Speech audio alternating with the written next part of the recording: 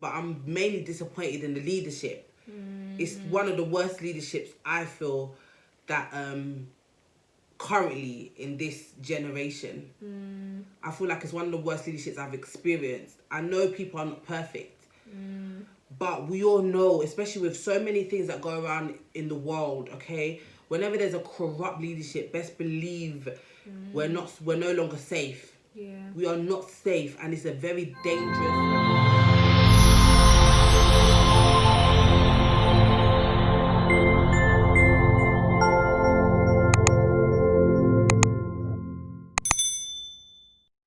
Hello all my inspirations, and welcome to Inspirational by Marie. If you're here for the first time, I welcome you with love. We are a family here, so please get involved.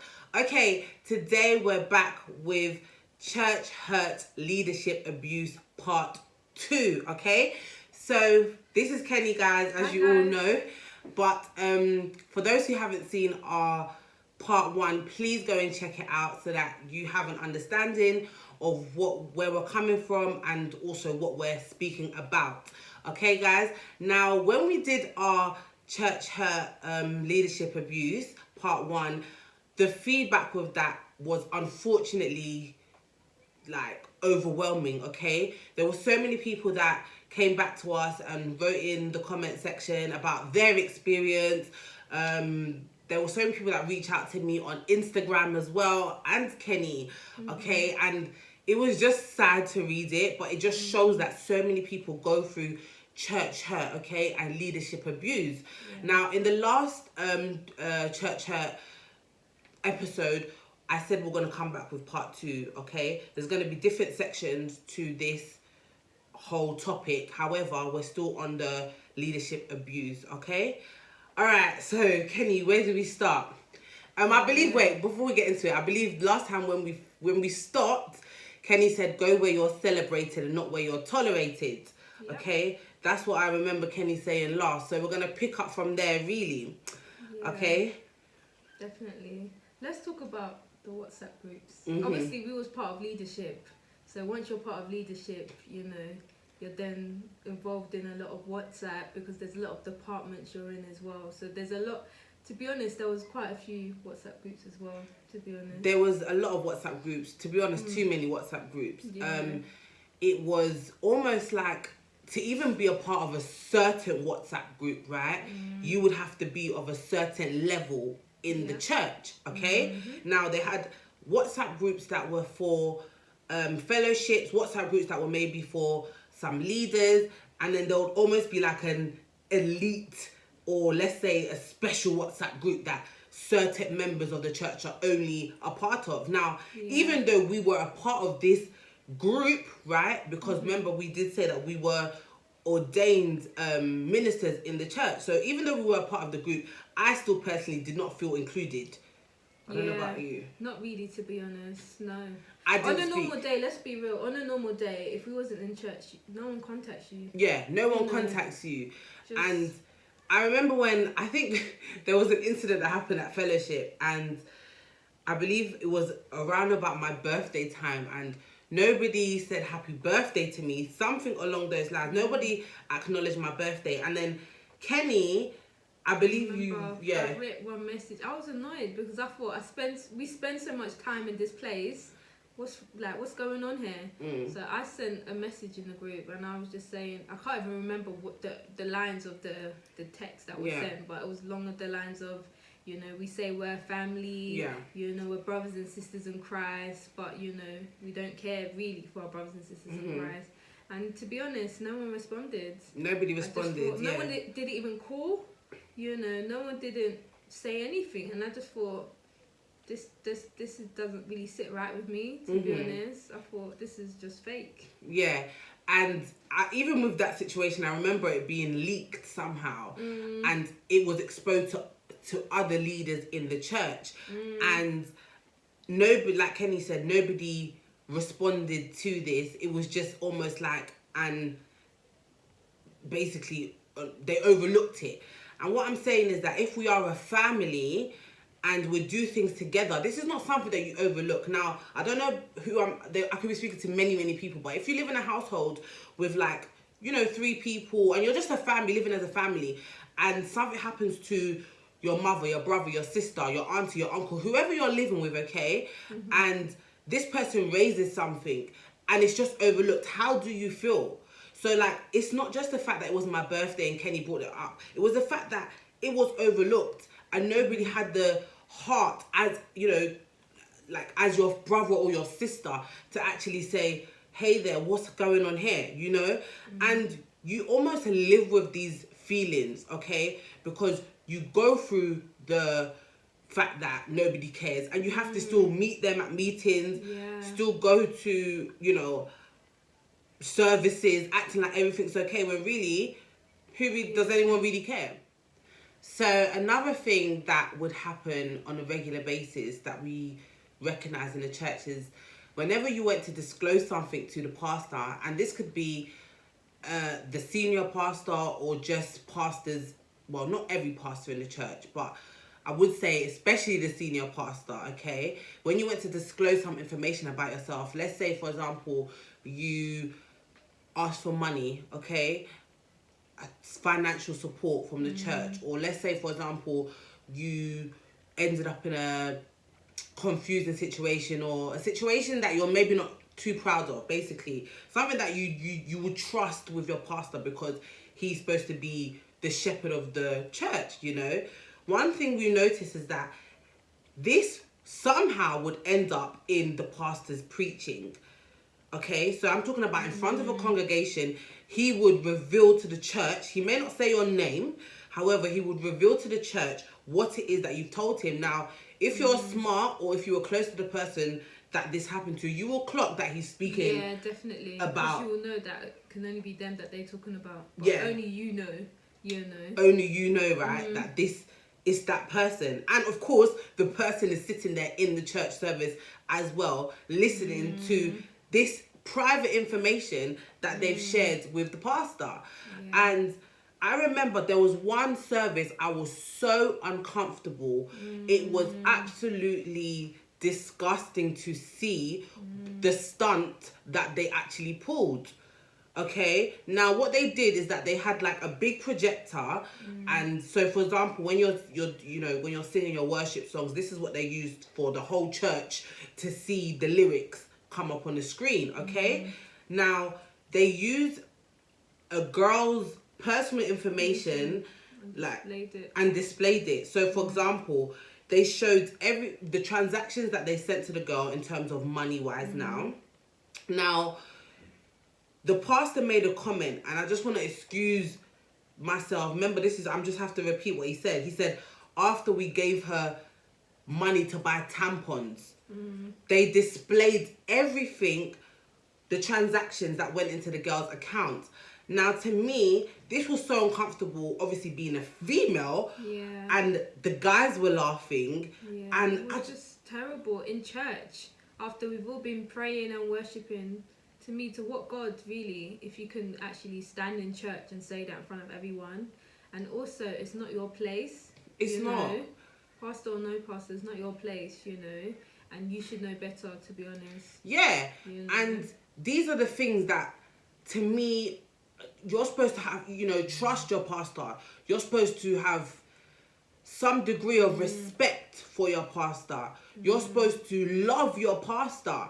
And watching something like that happen is a level of disrespect for everybody in the church. Because what it shows me is that anytime I come and tell you something here on out, you may do the same thing to me. Now, the reason why I believe he did do this to the girls, because apparently the girl said some things about the church, and she exposed some information, So this was it's like a backlash. Or I'm gonna get you back in this way. Yeah. Very malicious. Very, very malicious for somebody to have to experience that. And you've got to understand that this pastor is old enough to be her father. What parent or a responsible adult puts out a child or their own child's information like that? Now, I want to also speak about the media team. How do you agree to actually putting this information up? That's a good point, Marie. I can't lie. Who are you to agree with wrongdoing just because somebody is your pastor.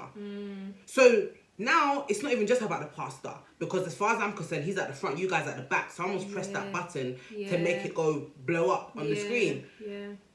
How do you sleep at night knowing that Horrible. you alluded to this behavior? You're part of it, you know. And this is what we're saying about leadership now.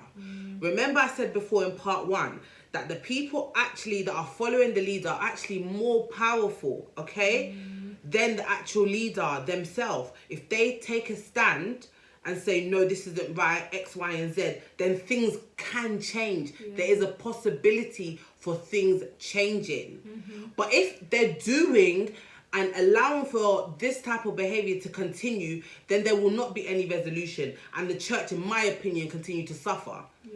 Now, I was very uncomfortable. I felt like after some certain church services, I'm distressed when I leave. It's almost like, what happened? And I remember, like, depending on who was driving, whether it was me, Kenny, but we'll all be, or my mother, we'll all be a family, okay? So we'll all go together and we'll leave. And the whole conversation on the way back would be about the saga that we just witnessed. And I'm not just talking about... It's true, the whole journey. The whole journey, that right? Could be a whole hour, to be honest. But it's like we're in shock. Total disbelief. It's like you can't even believe. Did I just... And we're all asking each other, like, did I see... Like, did you see this? You know, it's just... You know, we should be leaving church joyous. You know, we heard the word of God, what did you learn today? Do you know what I mean? What did God teach you? You know when, like, you go to church, your mum says to you, like, I know a lot of parents may have done this to their children, like, what have you learned today in church? Or if you speak to a friend, you should be able to actually, that message, you understand? That message should be able to break chains and help somebody else. But instead, we went to church. Oh, what did the pastor do? Oh my God, can you believe they projected this girl's information in church? Or can you believe that we're hearing somebody's business? And the insult that we would hear from the pulpit was absolutely insane. The senior pastor of the church has a very vulgar mouth, okay? It may not necessarily be anything sexual or anything like that, but it's just a reckless... like no filter. No filter. Just, you know. No filter. And we all... I don't know, for anybody who's gone to school and has sat down in a classroom and has had a teacher that you just know, this teacher's always bad vibes. Always using their mouth to... Do you understand? Like to abuse. It's just abuse, technically, to be honest, abuse. And that person's not your parent, you know, but they'll be using their mouth to speak down on you anyhow. That's even another thing. A lot of things that were spoken actually on the pulpit was kind of abuse. It was. You know, what did your parents do for you? All of these... Yeah, you need to even dig deep into that as well. Like, what did your parents do for you? All of those types of things, you know. My mum, she worked hard and she did a lot for me. And to be fair, a lot of them, they didn't have parents. A lot of them probably have fallen out with their parents.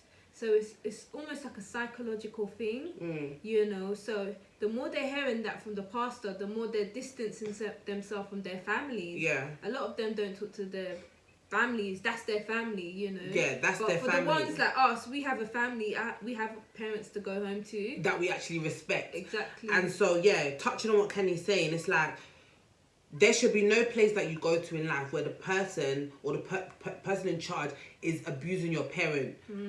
That's the lowest of the low. Yeah. I remember hearing things like after your mother or your father works in Tesco, or after your mother or father works in, and for those who don't know, Tesco's is just like a supermarket where you get your local groceries from. Okay, so after they earn £5 an hour. I'm not. These are the things that we'll hear. Like, I don't want to deceive anybody that's listening to me. Did you remember as well? There was a day when he said, "Has your parents got 5k saving?" In their account. In their account. And everyone was laughing, and I thought, he's abusing you. You know. Yeah, and the thing is, even with the whole everybody laughing, I have to touch on that as well, because this is what I'm saying about the people underneath the leader. Yeah. I'm looking at it like, this is a pastor that's trying to raise a generation, make a change and make a difference. But when you have a pastor that uses certain words and has certain ideologies and is just so insulting, and you got people laughing, how are they also going to respect other people in the world? No, they won't. Because I remember that, and I remember people that I used to even know that didn't attend the church. They used to say things like, "Oh my gosh, I heard your pastor say, does your parent have 5K in their account?" It's embarrassing because it is, and not only is it embarrassing, it is wrong. Under no circumstance should a pastor be using his energy in that type of way. I'm sorry, I can't. It's just wrong. And then you'll get people laughing about these things, and like you said, the worst part is that the people themselves will start to disrespect their parents. It's almost like, to be honest, in that church, predominantly a lot of people, that's their family. So they detach themselves from their actual, blood families and attach themselves to the church. Which, because I get it, but still, honor your mother and your father at the end of the day, Don't just detach yourself completely from your family. Yeah, absolutely. And it's almost like there was like a entourage, or a group of people around the senior pastor. Now it's almost like they all have the same head or the same mindset. Okay, someone might say, but why can't you go and speak to this? But it's not so. You're outnumbered. It's like a hierarchy. Yeah. There are like these rows in the church, right? Yeah. Oh gosh. And those rows, it's almost never like, understood this. Yeah, it's almost like who's gonna sit in the front row, or better yet, you're gonna see the same faces on those rows every Sunday. And even that, Mary, because I used to usher, so the ushering world was fantastic, I must say. The things you see, you will see people fighting for seats. Literally, ministers literally fighting for seats.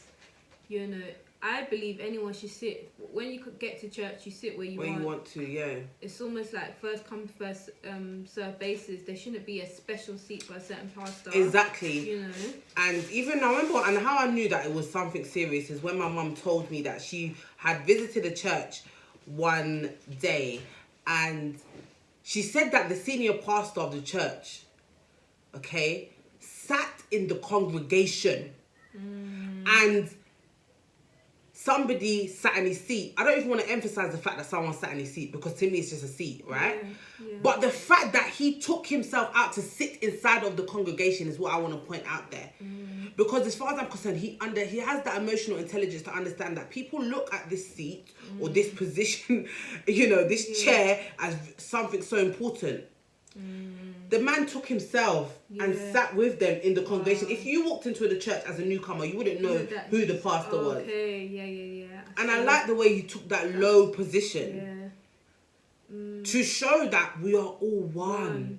Regardless of my position and my responsibility. No matter. And you know what? I want to say God bless the pastors out there that are doing a great job, that are actually serving God the right way and serving the people the right way. Because when you are a pastor, you're actually serving people. Jesus came to serve people. He didn't even come to be served. It's in the word of God. He came to serve. Jesus washed people's feet. He was there to serve, actually. So there is a level of dignity, honor, knowing how to treat people the right way that has to be applied. Now, if you are a rude pastor, you need to change some things. You need to be held accountable for your way of speaking, because the way you speak has an impact on people. It has an impact on the way they think about themselves. Yeah. It has an impact on the way they will.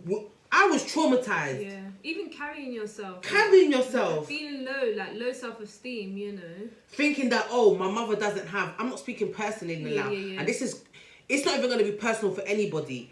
But being in a church and maybe thinking that I come from a poor background, maybe, poverty is there. We're not all in, it's life. But we are there to hear the word. We still have hope. That's why we're in the church. Yeah. But to hear that, the person that you look up to, the person that you're supposed to be inspired by, the person that you're supposed to be fed the word by, is abusing mothers and fathers saying if you're doing a security job, saying if you don't have £5 in your account. There's gonna be a financial section, okay? Financial abuse, because that's another one. I'm speaking about leadership abuse now, and the way they would use their words.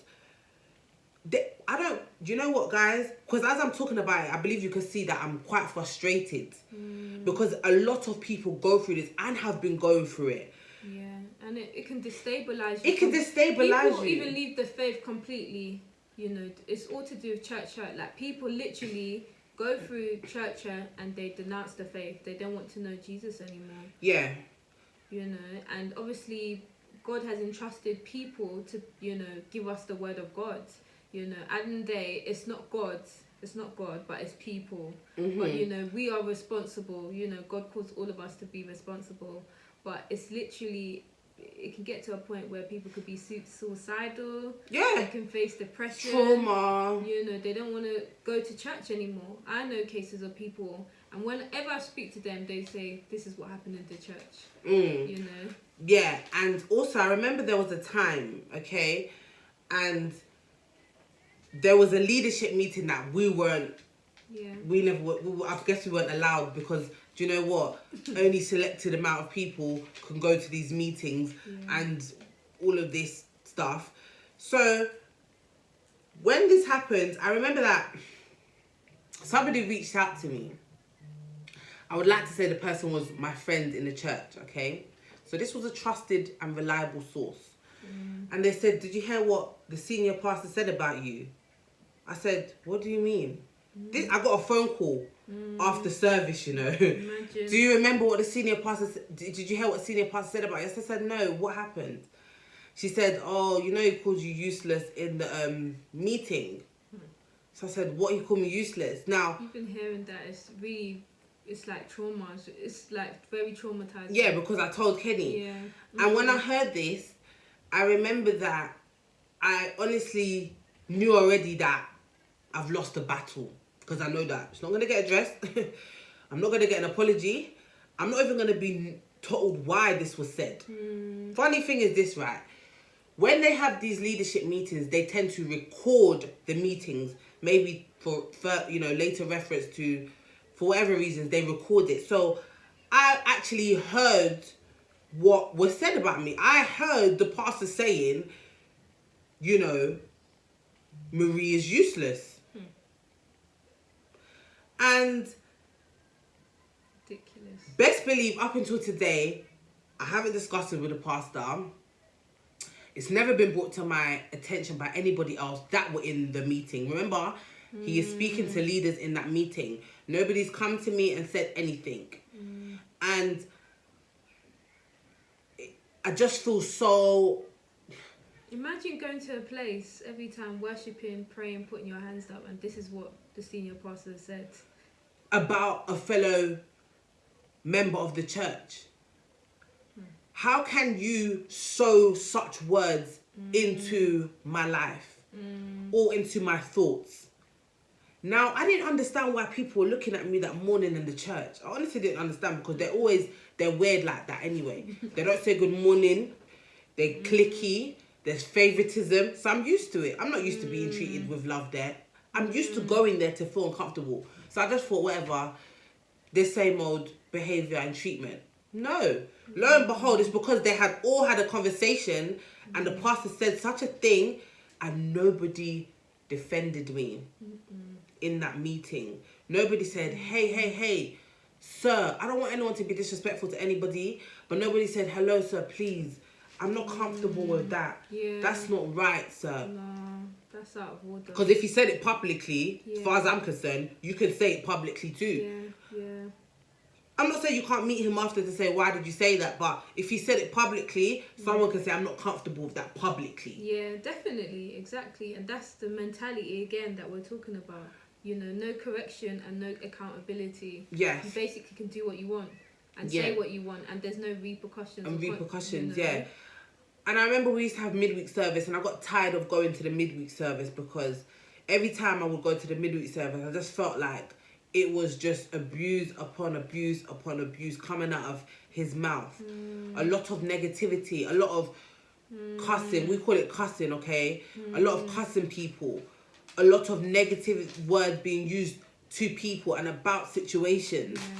Yeah. And I just got tired of it. Yeah. That's not what we're there for. That's not what we're there for. We want to listen to the word and go. That's it. And the thing is, this was used against us because the more I stopped going, the more it was like, how can you believe they're not coming to church? Yeah. But I'm not going to come to a place where you're going to be abusing all the time in your sermons. Yeah. So, for me, I just kept thinking that this isn't going to change, and this is something that I honestly can't keep going to. I feel like you kept kind of going. Yeah, I kept going. I thought, maybe something will change, and then it became very repetitive, But when your heart is for God, you just want to, you're eager to go listen to the word, but it became a time where it just got tiring. It was the same, and you have to think, what am I getting from this? Am I growing? You have to assess yourself as well. What am I gaining from this? And also, it's also your personal relationship with God at the end of the day. Yeah. God can speak to you wherever you are. God can speak to you wherever you are, and also, whenever you wouldn't go to church, nobody will call you. Yeah, so even it got to a point, I was hearing more from my work colleagues than I would my church family. And I thought, for me, I would only hear from church folks when it's something to do with church or the service that I'm providing. On a normal day, to check up on my well-being, I wouldn't hear from them. So I just thought, then what's the point of this? Yeah, when you leave the church, you're isolated. And yeah, I believe that we even do a topic on that in terms of when you leave the church. But even if you're not seen for 2 weeks, nobody cares, nobody checks up on you, which is fine. But this is just not a family, and this is not a place that you can really truly grow. Yeah. I stopped growing, and I'm not just talking about in my faith. I'm talking about just in so many aspects of my life, because we were there so much. We were there on Sunday, Tuesday, Thursday, and sometimes some impromptu meetings. Yeah, our whole life was there. So we just stopped growing in every area, other aspects of our life, wherever else God wants to take you to, okay? Where's the time? Yeah. Well, God is all rounder, Ministry is not just church. Church is people. Ministry could be your workplace. God could even give you an idea for something if you wanted to do something, but you're so focused on church and that's it. But God has put... I'm pleasing the pastor. I'm pleasing people. Like, I'm just so disappointed that I had to experience this, but I'm mainly disappointed in the leadership. It's one of the worst leaderships I feel that currently in this generation. I feel like it's one of the worst leaderships I've experienced. I know people are not perfect. But we all know, especially with so many things that go around in the world, okay? Whenever there's a corrupt leadership, best believe we're no longer safe. Yeah. We are not safe, and it's a very dangerous position to be in and to be a part of. To know that you cannot speak up for what is right. To know that nobody's going to defend you. Yeah. To know that even if you do speak up, you're going to be spoken against. Like I told you, if you tell your information, or if you tell your business to the pastor, it's going to be exposed on the pulpit. It's going to be exposed in a sermon in front of many people.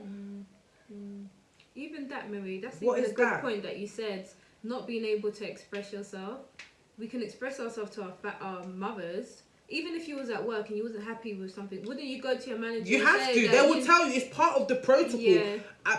Whether or not you want to do it, there are it's part of even training. They say, if this incident happened at work, who do you speak to? Do you speak to your colleague, your manager? This is that. There's ways that this happens, but in that church, no, you better put up and suck up with it. And they always used to say, no sentiment. We don't want to be sentimental. That's another thing. As a leader, as a soldier, you have to be. You can't have emotions. What is that?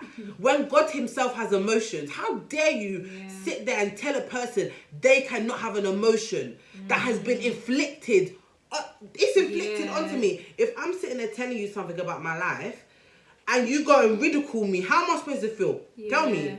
Naturally, even a baby knows what it feels like to be embarrassed. Even a child, do you understand? They might have different ways of showing it, but the child will run away or hide behind their parent or, you know, even act out.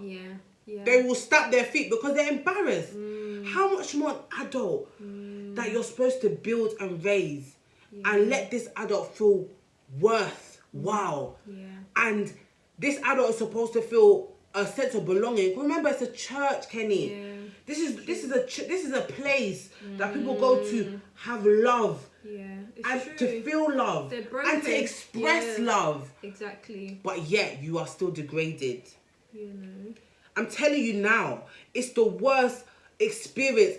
One of the worst experiences I've been through. Leadership that is corrupt, leadership that is unfair, is a dangerous place for a person. I'm telling you now, if you've got a good leader, if you've got a good group of people above you, you can really change nations. There's no reason for you, someone with such potential. Do you understand? There's no reason for someone like me, someone who has common sense, even though I was called useless, for us to not have grown there and prospered there.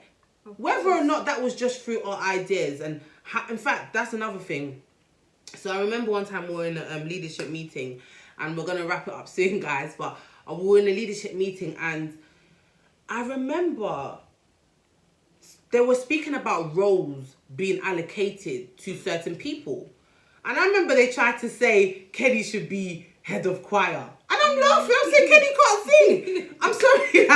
I'm saying, why are you giving the girl this role? Kenny was like, no, I don't want to do it. He was like, no, Kenny. Now, let me not... Listen. It's about the heart of the person, okay? You don't have to have the best voice. My mom always tells me, okay? God is satisfied with the heart and the intention of the person. I can't sing, okay? But I just knew that her strength should have been used somewhere else. That's all I was trying to say. Okay? So don't get me wrong. It's not the voice, okay? I don't have the great voice, but I'll be singing my lungs out in this house, okay? But I don't want to be head of choir. Don't put me there, please. Okay? Especially when we're dealing with people that are not very nice. They're going to laugh at my friends. Can you not put her there, please? Can you not put her there, please? No, Kelly. You didn't have any say. Head of... What were you? No. You were the head of... You were the head of the choir. I said, well... It was short-lived, though. It was short-lived because somebody came along exactly. and helped and had... That's what I'm saying. Someone else came along and... Anyway, now, let me just... That wasn't the point I was making. But in fact, the point there that I was making is that there's no freedom, liberty. Whatever goes against your... Even if it's against your will, you know, you still don't have a choice whether or not... You don't have a say. You got to do it. You got to do it. Now, they were discussing the roles, responsibilities, and allocating certain roles to certain people. And of course, we were leaders of the fellowship. And I remember they said this particular person should be the prayer leader, and every week they should pray. So I said, okay, well, every week they should pray. There's 4 weeks in a month. Why should she be the only person praying? And we was doing it prior to this. We were doing it. Thank you. In fact, that's a good disclaimer. We were doing it prior anyway, the prayer. But this leader came along all of a sudden and said, no, I want to allocate only, the prayer to this person. So I said to the person, I said, why? I said, you know what? I think that it should be a shared responsibility, given that, first of all serving in church. There's no such thing as this person can't pray or that person's not about.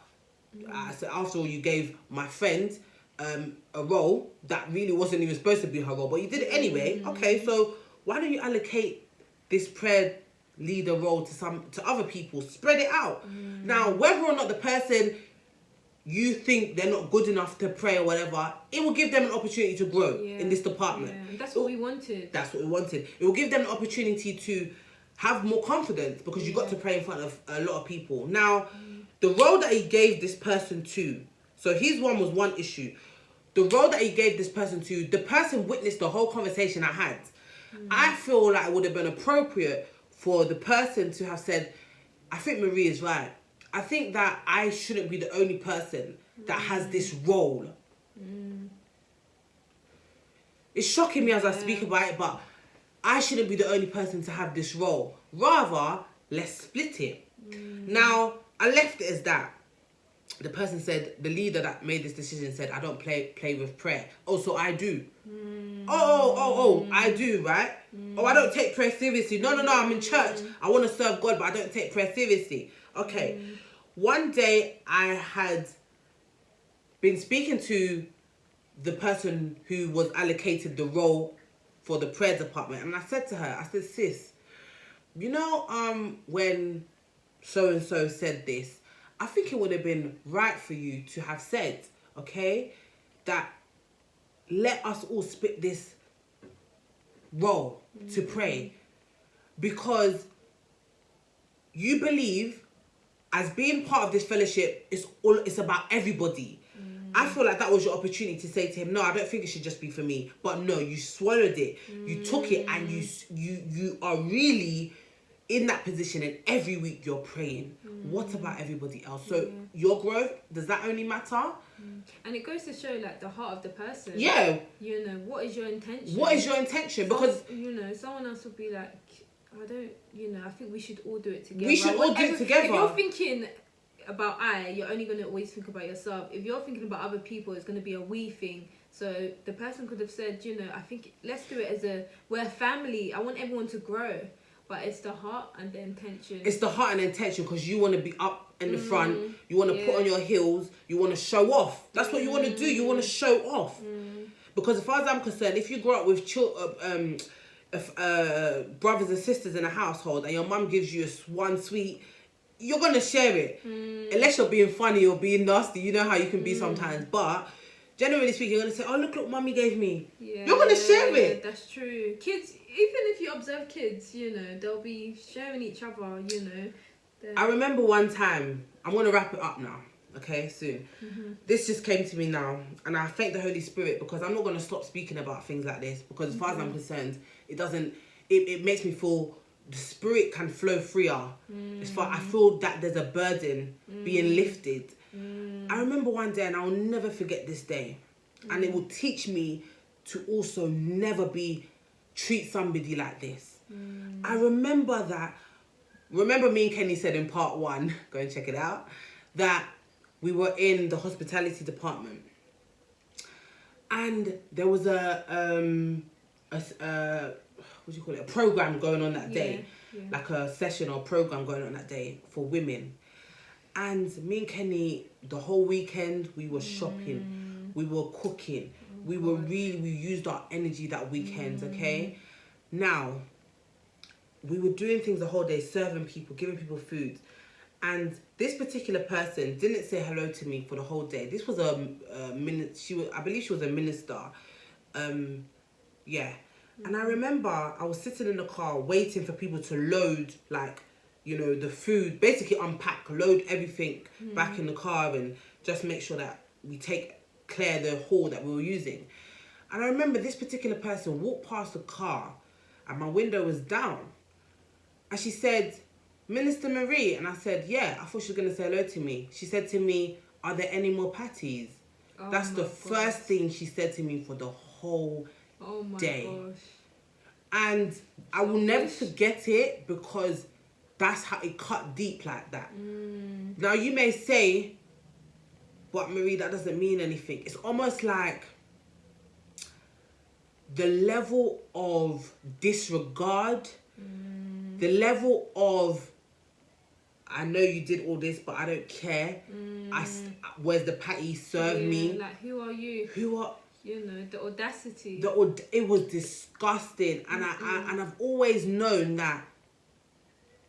The cheek. I'm sorry. I'm just thinking about it now. Like, the cheek. That's the first thing she said to me. Where is the patty? And I was like, there's none left. Let me tell you something. Even if I had the back boot full up with those patties, you will not taste that patty that day. You're not gonna eat this patty today. But to be honest, because I was in that situation and I was there to serve, I would have given her the patty. But I was just so surprised that that's the words that she said to me. Now, I'm going to wrap it up now, guys, because as you can see, there's more. I mean, I don't even know if there's a part 3. Let me know if you don't want a part 3. If not, we're going to change the actual topic and move on from leadership abuse. But let me know down below if you want a part 3, okay? And I will pray about it also, whether or not to actually do a part 3 on this leadership abuse, because there's so many parts. Yeah, I don't even. This is just snippets. These are snippets. We can make a film out of what we went through. Literally, Yeah. It's a movie, to be honest. But yeah, we're just here to express our experience, and we thank God for grace. Honestly, We thank God for grace. because you could have lost your mind. If not for God's grace, you can. Let's be real. Yeah, and we also just want to thank everybody for reaching out and obviously Definitely. supporting, sharing your experiences and just being transparent. Really, God has got us all. God has got you. That anyone who's listening to us, God has got you. Okay, like Kenny said, which is very profound. It is not God; it's the people. So this treatment doesn't come from God; it comes from the people. Okay, so yeah, guys. Thank you so much. Until next time, be inspired, be encouraged, be blessed. Yes, guys, gonna be selling those soon as well. All right, take care. Love you all. Mwah. Bye, guys.